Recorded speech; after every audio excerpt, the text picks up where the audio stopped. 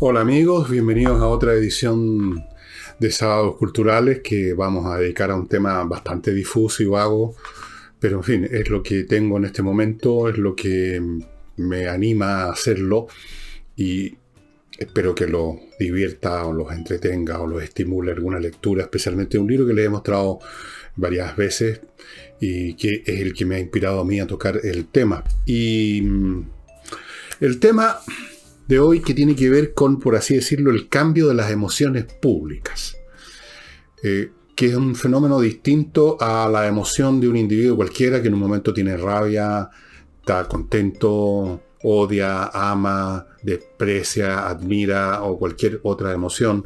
Las emociones públicas es un fenómeno diferente porque el público no es un sujeto propiamente tal como es un individuo con un sistema nervioso, hormonal, límbico, etcétera, que en ciertas condiciones y ocurriendo en él ciertos procesos físico-químicos se desata aquello que llamamos una emoción.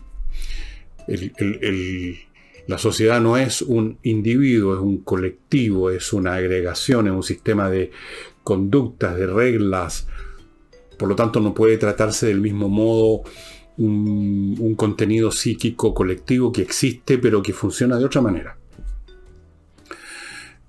Pongo un ejemplo en el plano de las ideas propiamente tal. Una persona que tiene una idea común y corriente que todo el mundo tiene, es una cosa. Cuando esa idea se convierte en algo que todo el mundo acepta, considera la considera correcta, la considera la idea, la verdad, y toma otra característica. Se convierte ya no meramente en un contenido de conciencia de alguien que opina que tal cosa es así o asá, sino que se convierte en una norma de conducta, se convierte en un must. Así debo pensar y esto se tiene que expresar en las conductas, porque en la sociedad existe sobre la base de conducta, se tiene que expresar en el modo como yo me comunico o me relaciono con los demás. Se convierte en un cliché, se convierte en un estándar.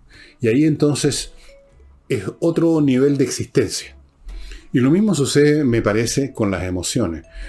El odio o el amor o la admiración convertida en un sentimiento colectivo tiene otra manera de funcionar que el sentimiento como tal que tiene un individuo, que es un impulso interno que lo lleva a emocionarse, que lo lleva a tal o cual conducta. Aquí no, aquí opera más bien como un referente. Es, por así decirlo, un sentimiento colectivo es cómo debiéramos sentir en ciertas circunstancias, aunque no estemos nosotros sintiendo nada. ¿Qué es lo que debemos sentir? Por poner un ejemplo que si ustedes quieren un poquito excéntrico, es como en esas teatros o lugares donde la televisión, la radio llevaban a cabo en vivo un programa que estaba siendo emitido por la televisión o por la radio, y había un anuncio luminoso arriba que le decía a la gente: aplaudan. Este era el momento de aplaudir. Se incitaba una determinada respuesta emotiva, porque el aplauso es emotivo, se está felicitando, se está, en fin, expresando un sentimiento positivo hacia la performance de alguien. Entonces, las emociones en el plano colectivo ya podemos asumir que tienen una entidad, una esencia diferente a el sentimiento tal como opera en la mente de un individuo. Esto como primera cosa. Ahora, así como las personas cambian y pueden cambiar muy rápidamente de un estado anímico a otro, de una emoción a otra, pasar del odio al amor, del amor al odio, en fin, todo eso es sabido. Mucha literatura está basada en esas transformaciones interiores. Ustedes habrán visto la película esta famosa de Orgullo y Prejuicio, ¿se acuerdan? Con en fin, cómo cambian las emociones. Bueno, los estados, los sentimientos colectivos también cambian de una manera distinta, no tan rápidamente, sino que más bien bastante lento, y eventualmente terminan por convertirse, por lo tanto, en otro referente de conducta. Con el tiempo, según las vicisitudes por las que pasa una sociedad, y uno lo puede advertir si uno tiene algunos años de vida, como esto ha ocurrido en el curso de nuestras vidas, una situación en que había indiferencia hacia un determinado tópico, indiferencia en el sentido que no había un referente público que dijera, esta es la emoción o el sentimiento que tenemos que tener las personas correctas, honestas, sanas, normales, etc., en relación a tal cosa. Y eso a su vez reflejaba en este grado distinto, en este nivel de existencia distinto, lo que ocurría de hecho en la psiquis de muchos individuos. Algún grado de indiferencia había, algún grado de ausencia de una emoción respecto a algo para que no existiera por lo tanto un referente colectivo. Uno ha visto en el curso de nuestra vida como ciudadanos chilenos, y todas las sociedades lo han visto, el paso de la indiferencia hacia una actitud determinada. Por ejemplo, la empatía es un sentimiento positivo, un grado de identificación con las emociones, con la situación de otros. El caso, por ejemplo, de nuestra relación con el mundo animal. A lo largo de muchísimas centurias, diría yo, gran parte de la historia humana, y por razones que tienen que ver con las condiciones con que se ha vivido la historia humana hasta muy tiempo muy reciente, la relación de el hombre en general, de la sociedad y por lo tanto sus integrantes hacia el mundo natural, hacia los animales, era en el mejor de los casos de indiferencia y normalmente de crueldad, de utilización, de ferocidad incluso. El animal era visto como no como una criatura capaz de sentir y con cuyo sentimiento uno se puede hasta cierto punto identificar, sino que, como lo veía Descartes, un filósofo francés del siglo XVII, que consideraba que los animales eran como máquinas. Entonces, los animales, los caballos, por ejemplo, los caballos fueron utilizados hasta no mucho tiempo atrás, digamos, en la historia humana, como medios de batalla, no solo para transportar a las tropas, sino que como parte de esa unidad especial de los ejércitos que era la caballería. Y los animales, entonces, muchos de ellos en cada batalla eran destrozados, muertos, heridos gravemente, eran francamente apaleados, eran maltratados, eran destruidos. Y a nadie le importaba. Hasta el día de hoy, en el fenómeno que todavía subsiste, aunque en un grado menor que antes, la cacería, por ejemplo. La cacería, o sea, el deporte de salir con un arma de fuego a matar criaturas con las cuales no tenemos ninguna relación.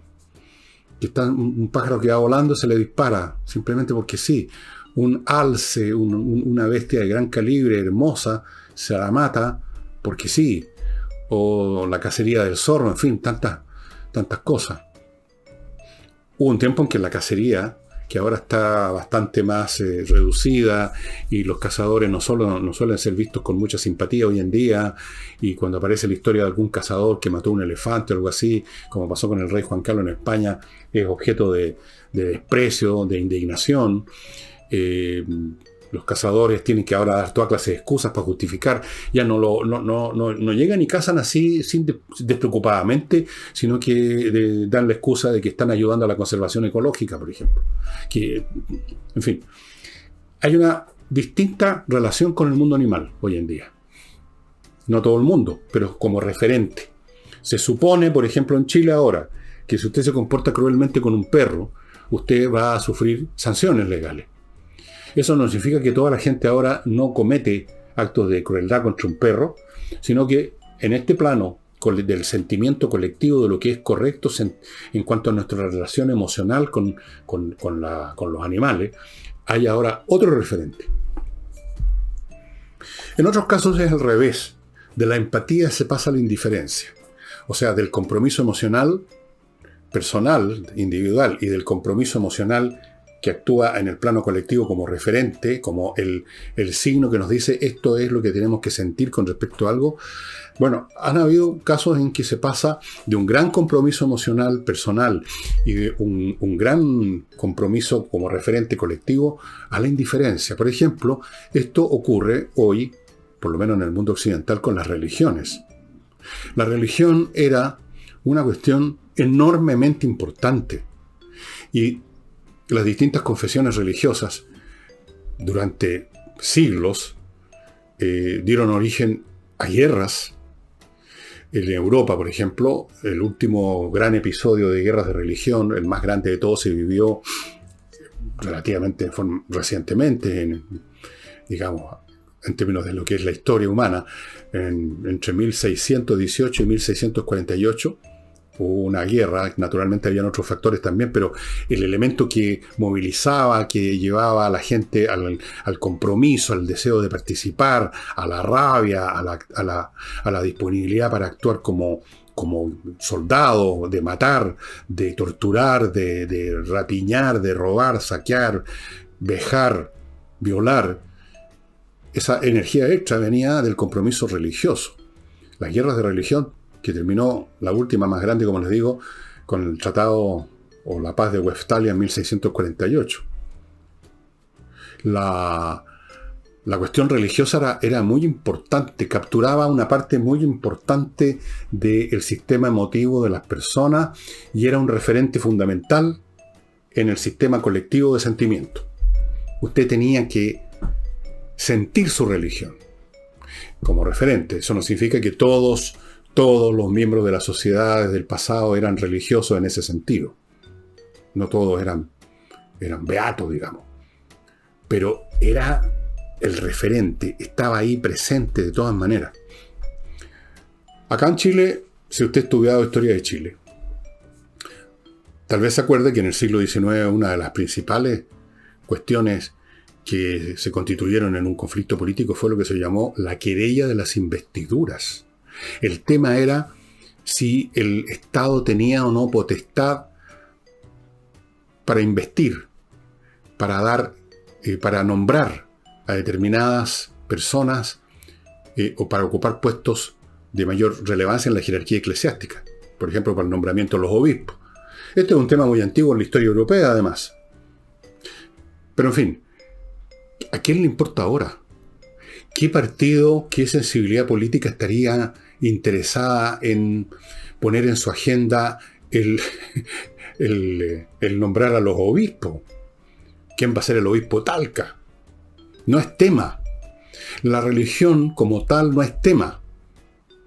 Hay en Chile católicos, judíos, musulmanes, protestantes de distintas confesiones, hay muchas confesiones protestantes, hay evangélicos, pero no constituyen un factor político. Algunos han querido en algún momento convertir, por ejemplo, los evangélicos trataron de asociarlo a ciertas posturas, pero eso no ha funcionado. No es relevante. O sea, una cosa que era emocionalmente importante se convirtió en algo emocionalmente indiferente en ese plano. Y yo diría que eso también se traslada al nivel de los individuos, porque está claro que la religiosidad del chileno promedio, y en general esto se ha estudiado para el ámbito de toda, llamémosla por el momento, la civilización occidental. No estoy hablando, por supuesto, de Oriente, donde tenemos los fundamentalistas islámicos, etc. En Occidente, la religiosidad del individuo medio es mínima. El espectáculo más frecuente en los templos religiosos de la cristiandad, que son los más abundantes, o sea, de la Iglesia Católica y de los cultos protestantes, están vacías. No hay, como en un momento yo alcancé a ver de cabro chico en Santiago, una asistencia masiva a los servicios religiosos, y que habían varios en el día en la iglesia, por ejemplo, San Agustín. Yo estudiaba en el Liceo San Agustín, o en la catedral. En Europa, yo he estado en Europa, en París, por ejemplo, usted va a la famosa iglesia antes que se incendiara, y ahora la están reparando, como usted sabe, de Notre Dame, y no había nadie que estuviese ahí cumpliendo un rito religioso.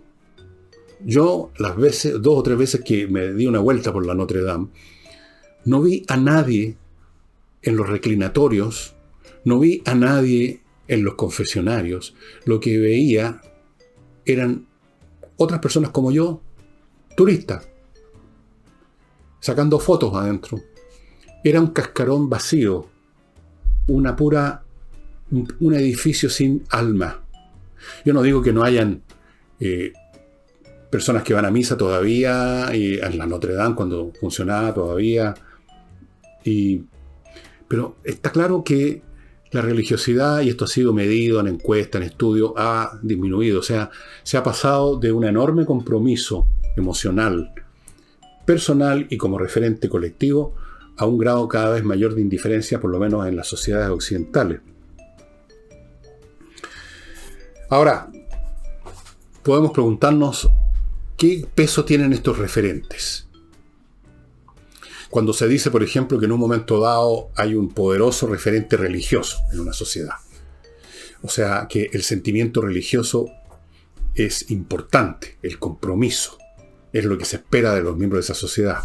¿Hasta qué punto es así? ¿Hasta qué punto son tan potentes estos sentimientos colectivos, estos sentimientos por orden superior, digámoslo así? Y por lo tanto, ¿hasta qué punto son importantes estas transformaciones, estos cambios, estos pasos de una cosa a otra? Bueno, yo creo que son importantes porque los referentes son fundamentales en la vida de una sociedad y por lo tanto, en el fondo, en la vida de los individuos que la constituyen, independientemente del grado de compromiso emocional que estas personas ponen en relación a lo que se les está pidiendo, se les está exigiendo. Es indudable que en la Edad Media, cuando el tema del compromiso religioso, de la religiosidad era muy fuerte, el momento en que fue más fuerte en la historia de la civilización occidental, habían descreídos, habían pecadores en cantidad, habían toda clase de, digamos, herejías, pero lo importante era que incluso los más descreídos tenían que actuar conforme a ese referente, a ese mandato, o sufrían algún tipo de sanción que podía ser muy grave. Entonces, ese referente termina por determinar en gran parte las conductas, independientemente si esa conducta va acompañada del grado emocional que supone el referente. Puede que no esté. Puede, en el caso más extremo y puro, que el que se está comportando de acuerdo a ese sentimiento colectivo, instalado como un deber ser, lo haga sin creer en absoluto, pero se acoge. Un caso típico, por ejemplo, que se comenta en muchos libros de historia que hacen análisis de este tipo de cosas, es que muchos de los más altos, más elevados, más importantes intelectuales de la Grecia clásica, los filósofos, los sofistas, no creían en absoluto, por supuesto, en la existencia de los dioses del Olimpo. No creían en absoluto en nada de todas esas cosas, pero el referente colectivo era de que esos dioses del Olimpo no solo tenían existencia, eran importantes, y por lo tanto todos estos filósofos asistían a los servicios que en esa época básicamente eran sacrificios a los dioses, ofrendas, y no hablaban abiertamente contra la religión, no podían no creer, pero se conducían absolutamente como si creyeran. Y ustedes pueden ver una prueba de lo importante que era en el famoso juicio contra Sócrates. A Sócrates se le enjuicia y se le acusa de ser alguien que desdeña, que no cree en los dioses de la ciudad. Es ese el principal argumento de ataque contra Sócrates, fue ese, que él corrompía a la juventud de Atenas porque la hacía perder su compromiso con los dioses de Atenas, con Atena, con Atenea, qué sé yo, con todo el elenco del Olimpo. Era fundamental. Era fundamental hasta para los que no creían. Era fundamental hasta para quienes el tema no era fundamental. Pero en la vida social hay muchas cosas que se hacen, que se dicen, y muchos comportamientos que obedecen a reglas en las cuales uno no cree, que uno no siente, incluso puede despreciar, pero la vida en sociedad, que significa interactuar con otros que pueden, con sus conductas, hacernos daño de algún modo o de otro, nos obliga entonces a hacer la debida reverencia, la prosternación, persignarse frente al altar de ese sentimiento oficial establecido como un deber ser.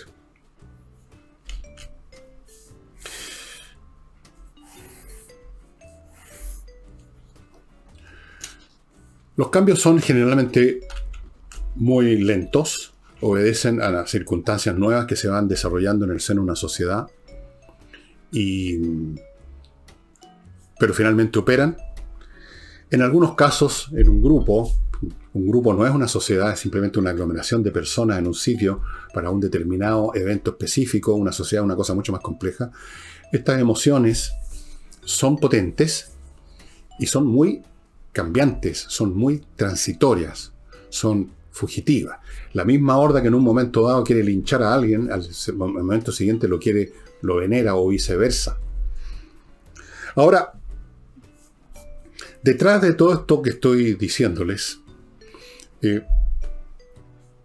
está ahí palpitando una pregunta fundamental, creo yo, porque estamos hablando del peso de las emociones, cómo cambian las emociones, cómo funcionan como referentes ciertas normas emocionales, por así decirlo, que se instalan en la cultura de una sociedad y obligan a ciertas conductas. La pregunta es, ¿hasta qué punto los seres humanos realmente actúan sobre la base de emociones? ¿Y de qué emociones? Ahí entramos en un tema muy resbaladizo, que no ha sido resuelto, que quizás nunca se resuelva. Hay sobre esto multitud de puntos de vista. Algunos podríamos llamarlos optimistas, otros pesimistas.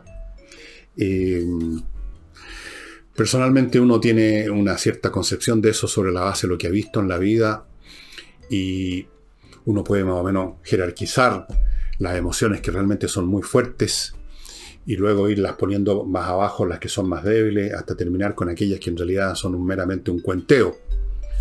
Me parece a mí, y no solo a mí, a muchos que han vivido en este mundo y que han escrito, que han qué sé yo, que la emoción más importante que domina la mente humana es simplemente la conveniencia personal, el egoísmo, que parte de la cosa física, el instinto de supervivencia, y luego en un plano más sofisticado tiene que ver con el deseo de uno obtener beneficios, placer, reconocimiento, gloria, fama, posición, riqueza, todas esas cosas. El referente número uno emocional es el amor propio, digámoslo así. Eso es lo primero. Después, las emociones que tienen que ver con nuestra relación con los demás son bastante más débiles. Eso es, no en todos los casos, pero son bastante más débiles que el amor propio, que el egoísmo. Por ejemplo, hay una relación, que es la relación de amistad, que ha sido objeto de infinidad de análisis a lo largo del tiempo, pero antes de entrar a contarles de alguna de esos análisis, permítanme pasar, se me estaba ya olvidando, estaba embalándome con el tema, a mi primer bloque comercial, hecho con mucho amor. Si usted quiere invertir en Estados Unidos, no tiene idea cómo, pero quiere invertir en Estados Unidos, yo le sugiero que entre a un sitio de internet que se llama inviertaenusa.cl. Es un sitio chileno-norteamericano que literalmente lo lleva en brazos a Estados Unidos. Usted llega con sus ganas de invertir, con la plata que quiere invertir, y en inviertaenusa.cl le ofrecen alternativas de inversión, franquicias, bienes inmobiliarios en cantidades. Luego, una vez que usted toma las decisiones de inversión, le abren cuenta en los bancos norteamericanos que usted necesita, le consiguen créditos hipotecarios, lo asesoran todo el tiempo acerca de qué paso usted debe dar, lo ayudan a constituir sociedades comerciales en Estados Unidos para sus negocios, eventualmente le consiguen una visa de residencia. Todo esto en inviertaenusa.cl. Continúo con el Centro Médico y Psicológico Integral Avanzar, que da atención presencial u online. temas del Centro Avanzar son psiquiatría para adultos, psicología para todas las edades, fonoaudiología infantil, evaluaciones y peritajes psicológicos con el test de Rorschach, etc. Muy importante en estos tiempos difíciles donde hay tantos adultos y muchos niños y jóvenes que están con desarreglos que empiezan como una pequeña extravagancia, una excentricidad, una leve depresión, un quedarse, digamos, en una postura distinta a la habitual, pero esas cosas pueden agravarse, especialmente en los niños, en los jóvenes, donde los contenidos emocionales entre paréntesis son más potentes y por lo tanto todo ocurre con más intensidad, más como de película. Ojo con eso. Si usted tiene un niño que manifiesta ciertos síntomas de que ya hay algo que no está funcionando como debiera, como siempre, póngase en contacto con el Centro Médico y Psicológico Integral Avanzar antes que sea tarde. Y les recuerdo, este producto ideal, o sea, el producto desarrollado en Estados Unidos hace 15 años, tremendo éxito allá, para destruir los malos olores en su casa, en su restaurante, aquí en el lugar donde sea. Malos olores que resultan de la acción de bacterias que producen el mal olor en productos orgánicos, por ejemplo, en los pozos sépticos donde se juntan excrementos. Imagínese usted los olores que salen de ahí, no es necesario imaginarlo. Alguna vez usted ha estado en una casa con pozos sépticos, ya tiene clara la película, quizás usted tiene una casa con pozos sépticos en la playa, en el campo. Esta es la solución. Usted abre este sobre, vuelca el polvito que viene adentro, que es una colonia de bacterias que están durmiendo, en 1 litro de agua. A la media hora o a la hora se ha desarrollado una colonia de bacterias que se comen, que destruyen las bacterias del mal olor. De manera que usted toma este producto, este litro de agua en que se ha convertido en una colonia de bacterias, lo echa en el pozo séptico y se acabaron los problemas por muchos meses. Cuando empieza a terminar el efecto, usted agarra otro sobre y repite la operación. Esto también sirve para casas con corrientes que tienen salida de alcantarilla, pero igual se juntan malos olores. Incluso si usted tiene un jardín con animales, usted todos los días barre, por supuesto, la caquita, los perros, los gatos, pero igual quedan muchas partículas, malos olores y todo lo demás. Usted hace esto lo mismo. El líquido lo pone en un vaporizador, vaporiza y se acabaron los problemas. Oxinova. Y para un fin de semana exquisito, Muranos Pizza, estimados amigos, una empresa bastante nueva, desarrollada por unos jóvenes muy emprendedores que hacen pizzas con receta italiana, lo más rico que hay, estimados amigos. Son pizzas que usted tiene que probar y que se las llevan a domicilio. La masa, sobre todo la masa, que es tan importante en una pizza, la masa con la receta italiana hecha en piedra es otra cosa. Les sugiero que se pongan en contacto, ahí están los contactos, vayan encargando ya pizzas para esta noche o para mañana, para el día que a usted le parezca. Muranos Pizza. Bueno, de la amistad se ha escrito mucho. Me parece que Cicerón, Séneca, grandes. Séneca especialmente me parece que escribió sobre la amistad, pero también probablemente Platón, no Platón,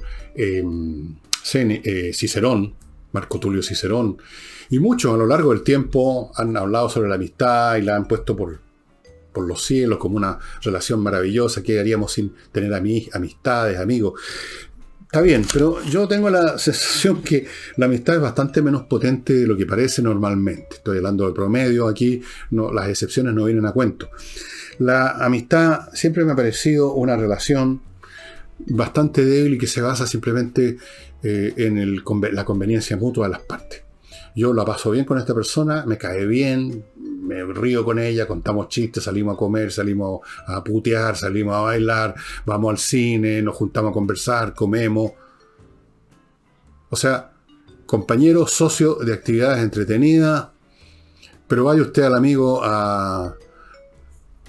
vaya usted a estar en problemas serios que pudieran significar una molestia para el amigo. Por ejemplo, un problema económico, el amigo empiezan a pensar, me van a pedir plata, y empiezan todos a correrse. ¿Tiene usted un problema? Se corren. O sea, no todos, pero estoy hablando aquí otra vez en promedio. No sacamos nada con, digamos, tratar de establecer una regla sobre la base de excepciones. Eso es absurdo. Las reglas son precisamente una expresión de lo que ocurre en promedio, en la mayoría de los casos, no en todo. Es bastante débil la amistad, bastante frágil. Termina la diversión mutua, termina la amistad, se enfría muy rápido. Incluso esto pasa con el llamado amor romántico, el amor heterosexual o homosexual, supongo también, en que empiezan a aparecer las dificultades y empieza a acabarse la emoción. La emoción del amor especialmente tiene muchos componentes egotísticos, ¿no es cierto? Es un tema más bien de mirarse al espejo, sobre todo en la gente joven. Entonces, con esto quiero decir de que las emociones que se dicen que existen, la emoción de la amistad, porque la amistad es un acto emocional, uno es amigo en el sentido que estima, que le gusta estar con alguien, todo esto son fenómenos emocionales, no intelectuales. Yo he descubierto con el paso del tiempo, fíjense ustedes, que el odio es más fuerte y más duradero que el amor. Perdonen que diga una cosa tan terrible. Y la razón es bien simple, ¿no? Si usted la piensa un poco. Este placer que usted tiene en una relación positiva de amistad o de amor con alguien, este beneficio de ese placer se va consumiendo, se consume a cada momento cuando se consume el placer. Usted recibe ese placer, el placer no dura, es una cosa del momento, transitoria, y por lo tanto permanentemente se está consumiendo aquello que hace posible esa relación. Se consume, se acaba ahí. En el acto de tenerla se acaba. No, naturalmente después surge otro motivo de beneficio, de placer, pero también tienden a estarse consumiendo de inmediato. Mientras que el odio, la rabia contra alguien en el tiempo, es duradera porque la frustración es duradera. El placer dura un momento, pero el no poder obtenerlo, el que hay un obstáculo que nos impide, está ahí todo el tiempo. Entonces todo el tiempo usted tiene esa rabia, esa frustración y por lo tanto ese odio. Eso es lo que hace duradero el odio. Que la carencia de ese placer es duradera. La carencia de no ganarse la lotería es duradera, mucho más duradera, mucho más probable que ganarse la lotería. Entonces, uno observa en la cotidianeidad lo rápido con que las amistades, los amores se entibian, se enfrían, se desvanecen, y en cambio los odios de una persona contra otra o de un grupo de personas contra otro grupo de personas, por Dios que duran, por Dios que intensos son, por Dios que porfiados son. Ahora, volvamos entonces a estos cambios al nivel colectivo. Una de las utilidades que tienen es que permiten hasta cierto punto controlar algunas de estas emociones, las más destructivas. El odio, la rabia, la envidia, que son duraderas porque se basan precisamente en algo que es duradero, que es la carencia de un beneficio, de un placer. Y por lo tanto, la existencia permanente de quien nos está impidiendo obtener ese placer, ese beneficio, el enemigo. Eso llevaría a la sociedad a una guerra permanente todos los días, y no solo de vez en cuando, como ahora estamos viendo en Chile. Si no fuera por estas normas, no solo normas legales que dicen cómo nos tenemos que conducir, o si no nos sancionan, no matar, no robar, etc., sino que sentimientos establecidos como normas. En Chile hemos vivido esto durante años. Se nos ha estado diciendo, por ejemplo, como sentimiento colectivo que debiéramos seguir, que tenemos que vivir en paz, que tenemos que encontrar puntos de unión, que tenemos que... en fin, todas esas cosas. Esa es una especie de llamamiento colectivo a que desarrollemos cierta emoción con respecto a nuestros congéneres. Que si acaso no los amamos, por lo menos vivamos en paz con ellos. Que seamos... que seamos tolerantes. Nos hemos estado escuchando eso todo el tiempo, durante mucho tiempo. Que seamos tolerantes con esto, que seamos tolerantes con los demás allá. Y eso, en algún grado, aunque sea menor, ayuda a refrenar la violencia del sentimiento en estado original, bruto y puro en la psique de los individuos. En el caso, por ejemplo, volviendo al principio, cuando hablaba de la relación de los seres humanos con los animales, esto que existe ahora como norma colectiva de que los animales son criaturas que sienten, que tienen ciertos derechos. Esto creo que está incluso en las proposiciones de la nueva Constitución. Esta nueva mirada, este nuevo sentimiento que se le exige, se le pide, se le demanda a la gente, acompañado de sanciones legales si usted se comporta de una manera cruel. Si acaso no provoca que todo el mundo se ponga a amar a los animales y a tener 20.000 mascotas y a cuidar a todos los perritos que ven en la calle, al menos ayuda, puesto que funciona como una norma que está ahí flotando sobre las cabezas, como un disuasivo para actos de crueldad. En algún grado ayuda a mantener un cierto grado de civilidad. Ayuda a refrenar las pasiones más brutales. Dificulta. En fin, lo mismo en nuestra relación con el medio ambiente. El medio ambiente es un tema nuevo.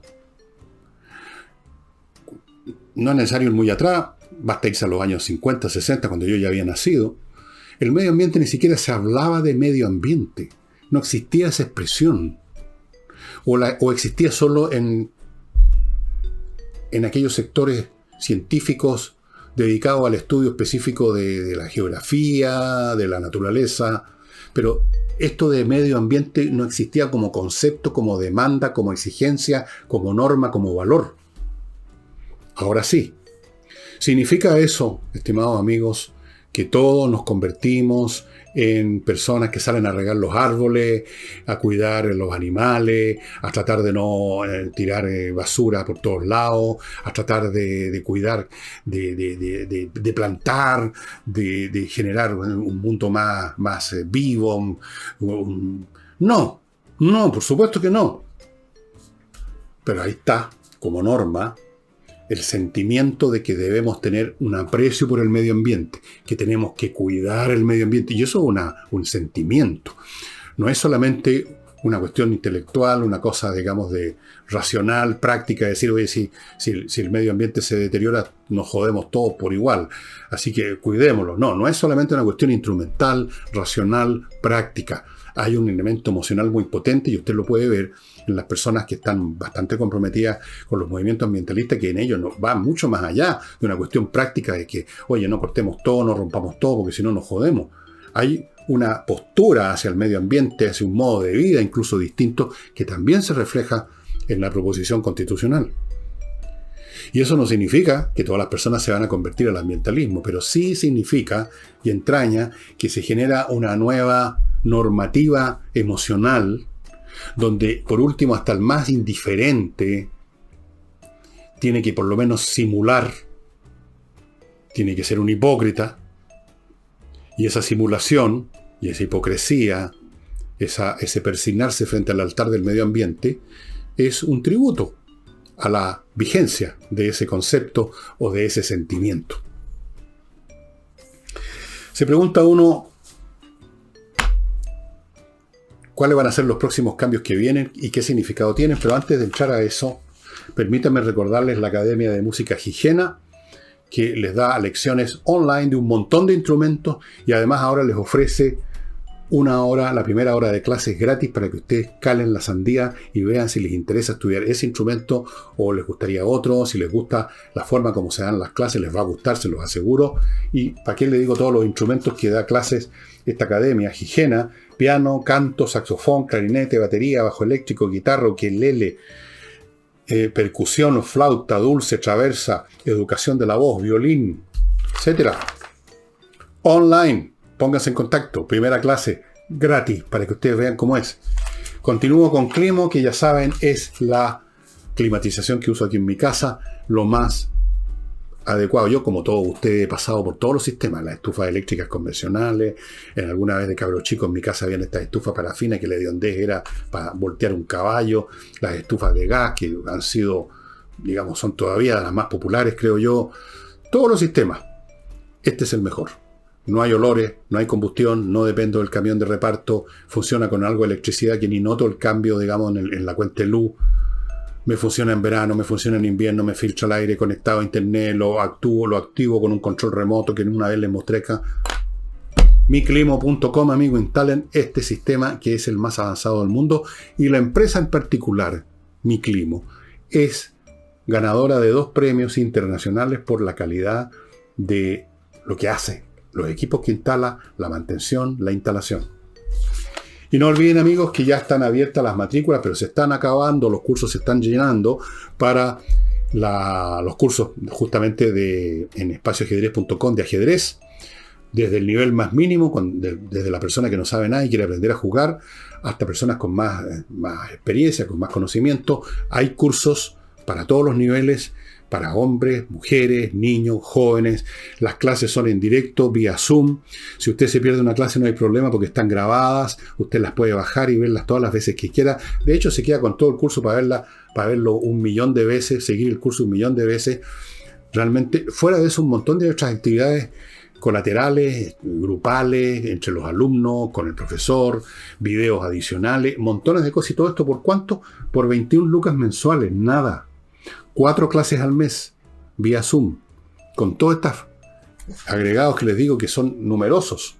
Yo alguna vez le he leído aquí la lista de videos que tiene Pablo Tolosa.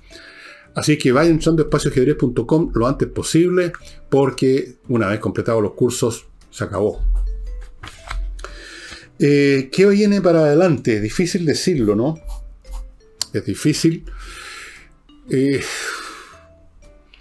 Yo les quiero mostrar, antes de terminar el programa, un libro que lo he mostrado otras veces y lo voy a mostrar de nuevo.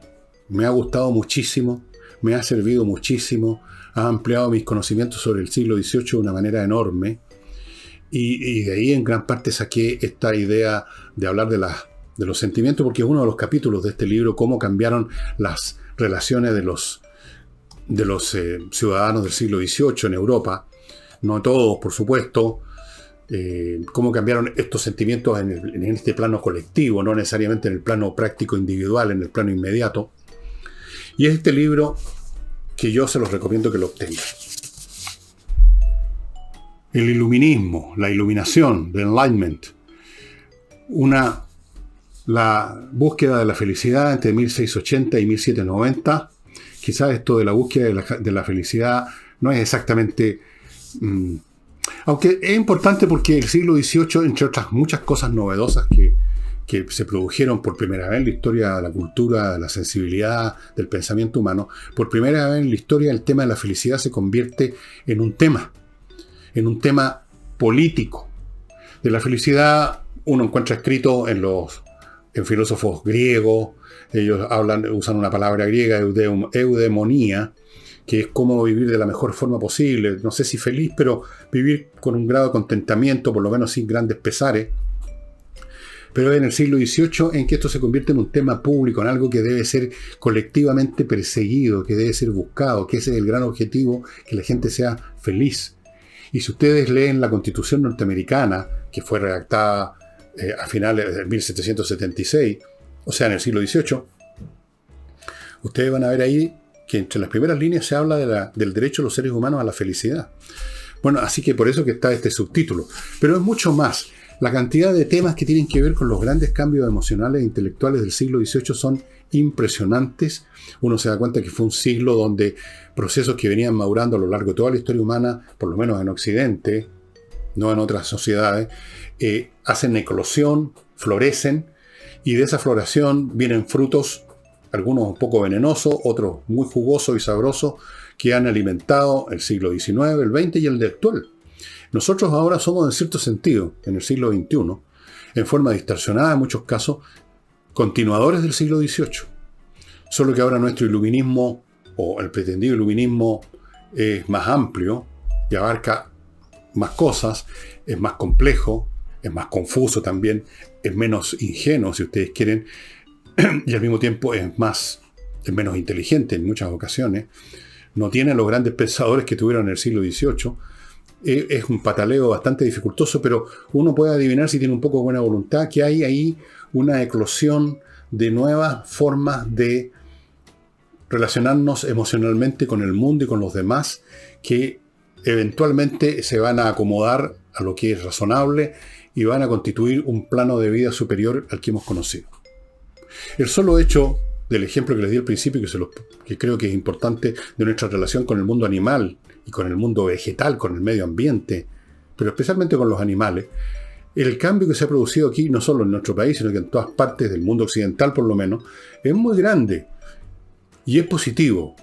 Es positivo que los seres humanos entiendan que son hermanos con las otras criaturas, que existe el hermano Sol y la hermana Luna, por así decirlo, como decía San Francisco de Asís, y ahora hay más San Francisco de Asís que antes. Así es que yo les recomiendo mucho este libro, amigos. Es un libro guatón, como ustedes ven, un montón de páginas, aunque muchas de ellas son referencias bibliográficas, así que el texto propiamente tal del autor son 780 páginas exactamente, que se van leyendo. Yo no he terminado este libro todavía porque estoy leyendo otros también al mismo tiempo y he ido muy lentamente tomando notas y asimilando todo esto que ya ven ustedes me ha servido incluso para hacer este programa. The Enlightenment de Richie Robertson. Yo lo compré en Amazon, probablemente está en otras librerías digitales. Usted vea dónde la compra, es cosa suya. Yo se lo recomiendo a todas las personas que hasta ahora han creído en las recomendaciones mías y me lo han agradecido. Bueno, esto me lo van a agradecer también. No sé si esto está en castellano, a propósito. No he buscado traducciones porque no necesito, pero capaz que haya. No creo, porque el libro es bastante nuevo.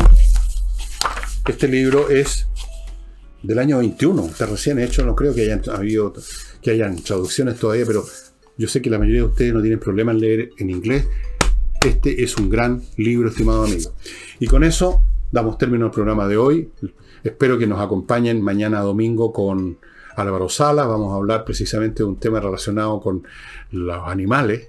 Y a todos los amantes de los animales, a todos los animalistas, o sin ser animalistas, así propiamente tal, son personas que tienen buen corazón con los animales y tienen mascotas. Yo creo que les va a gustar el programa.